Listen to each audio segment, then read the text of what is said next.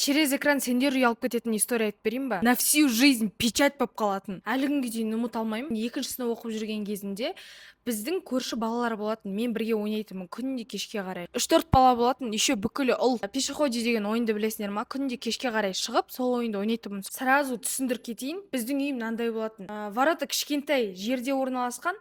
Ал біздің огородтар биік орналасқан, короче. Огород, туалет, қора, кішкене тау, төмпешік жақта орналасқан ғой. То есть бүкілі жоғары тұрады да. Көшеге біздің туалет, огород бүкілі көрініп тұратын. Әдеттегідей кешке қарай бүкіліміз енді жиналамыз ғой, бірақ олар жиналмас бұрын мен өзім бірінші көшеде отырам соларды күтіп. Ешқайсысы кимейді. Менің аяқ астынан ішім ауырып кетеді да. Сосын мен туалетке барып келейін деп үйге қарай кетемін. Туалетке асығып баратам, ішім қатты ауырып кетті. Прям туалетке жетпей жатып мен бұтыма түсіп қоямын.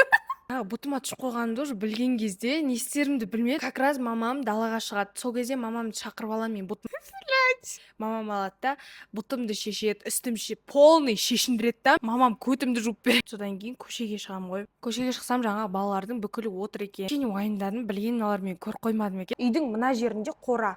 Сол қораның тура үй мен қораның ортасында тұштым ғой мен. Негізінде көрінбеу керек еді аналарға. Мен енді ойлаймын, оларға көрінбеген шығар деп сөйтіп, олар да ештеңе демейді. Сонымен ойнап отыра береміз, пешеходе ойнаймыз. Сосын бір кезде маған напротив тұратын бір балаға мен прикол ұстаймын ғой. Оның сестренкасы мен братишкасы күнде андай бассейн бар ғой, кәдімгі үйде тұратын. Сол бассейннің ішінде екеуі жалаңаш күнде бассейнге түсетін ғой. Мен жаңағы балаға прикол ұстаймын. Сендердің үйлеріңе барған сайын сен сестренкаң мен братишкаң жалаңаш бір-біріне қарап отырып бассейнге түсіп жатады, я осы деп.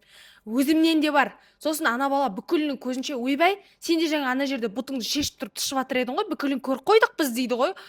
Бүкіл өмірім көз алдымнан өтті. Жанында 2 бала болатын, біздің сол жағымызда тұратын. Сол балалар жыртылып күледі. Мамаң сенің көтіңді жуып бере ма не деп күледі ғой. Білмеймін енді, қазір ол балалармен вообще араласпаймын. Өсе келе араласпай кеттік. Бірақ кішкентай кезімізде жестко ойнайтынбыз біз. Қазір ол балалардың бұл есінде ме екен, интересно. Қатты ұяламын.